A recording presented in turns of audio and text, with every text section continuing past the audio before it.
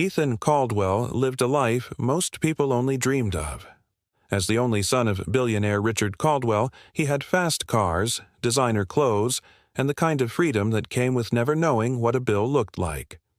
But with that wealth came arrogance. He threw parties that lasted until sunrise, mocked people who didn't share his lifestyle, and believed the world owed him. Richard, however, watched his son with increasing disappointment. He had worked his way out of poverty with grit and sacrifice, but all he saw in Ethan was entitlement. The breaking point came at Richard's own birthday gala. While the hall brimmed with business leaders and politicians, Ethan arrived late, drunk, and loud. He insulted guests, made a scene, and ended the night smashing a glass for attention. Richard's embarrassment turned to cold resolve. That night he told Ethan, "Tomorrow your life changes." Ethan laughed, assuming his father meant a scolding or reduced allowance. He was wrong. The next morning, Ethan found his accounts frozen, his cars gone, his cards declined. Storming into his father's study, he demanded answers. Richard calmly replied, "You're cut off. From today, you earn your way. No more handouts." Ethan raged, called it insane, and warned that he would starve. Richard's reply was steady. Better to starve a little while than rot in wealth forever. Thrown into reality, Ethan quickly discovered how fragile his world had been. His so-called friends stopped calling when he couldn't pay for nights out. His landlord sneered when he begged for more time on rent.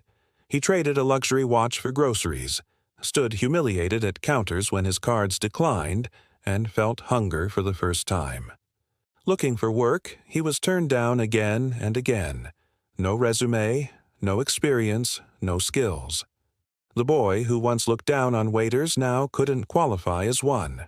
Eventually, pity landed him a job at a small diner run by a weary woman named Carla. She asked him if he could wash dishes. He muttered yes, and his new life began. Hours of scrubbing greasy pans and hauling trash broke him in ways privilege never had. But as he worked beside people like Miguel, a cook supporting his family, Ethan saw a strength he had never respected before. They worked not for fun, but survival. For weeks, Ethan endured blisters, exhaustion, and the humiliation of customers ignoring him like furniture. But slowly, something shifted. He learned to stretch $20 over a week, learned to save instead of spend, and learned the small dignity of earning a paycheck. When Miguel confided that his family was about to be evicted, Ethan handed over his own meager savings without hesitation. For the first time, he helped someone with no expectation of return, and it filled him with a pride no sports car had ever given him. As months passed, Ethan grew tougher, humbler. He worked double shifts, defended coworkers against rude customers, and even began to enjoy the camaraderie of honest labor. Carla, once skeptical, admitted he was not half bad. Ethan laughed, but deep down, he was glad. For the first time, he was proud of who he was becoming, not of what he owned. Then came the night of the fire. A fryer burst into flames, smoke choked the kitchen, and panic spread. Carla froze, Miguel screamed for his sister, and chaos reigned.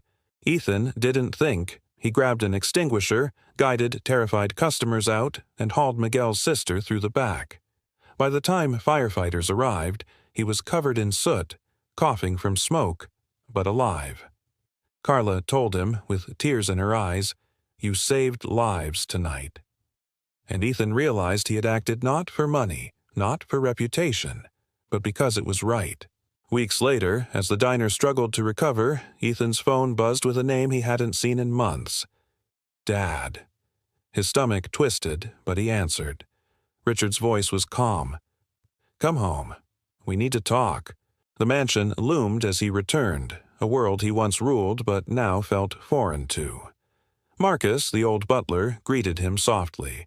Ethan asked him not to call him young master. In the study, Richard regarded him with piercing eyes. "Tell me what you've learned," he said. Ethan, his voice steady, replied, "That money doesn't buy respect. That work gives pride. That giving matters more than taking. and that I was selfish too long. For a long time, Richard was silent. Then he spoke of his own past, growing up in a shack, working 3 jobs, swearing his children would never suffer as he did. I gave you everything except the one thing you needed most, the chance to struggle. Without that, I failed you. Ethan's anger dissolved into understanding. His father hadn't been cruel. He had been desperate to save his son from a shallow life. The very next day, Richard took Ethan to Caldwell Enterprises. Inside the boardroom, skeptical executives watched as Richard announced a test. A project is failing. Investors want to pull out. Convince them to stay. Ethan's heart pounded, but he faced the investors. You're right, I was a spoiled boy once, but I've lived differently now. I've seen families terrified of losing jobs. This project isn't just numbers, it's their lives. If you walk away, you lose not just profit, but trust. Stay, and you build something that lasts. To his shock, the room shifted. Investors nodded. One even said, "The kid's got fire." Against all odds, Ethan had persuaded them. When he left the room, Richard's pride shone in his eyes. You did it your way. That's leadership. That night, father and son sat on the balcony overlooking the glittering city. Ethan asked, "So this was your shocking lesson? To throw me into the fire?" Richard chuckled. Sometimes the only way to shape steel is through flame. Ethan's throat tightened as he whispered, "Thank you, Dad, for believing I could be more."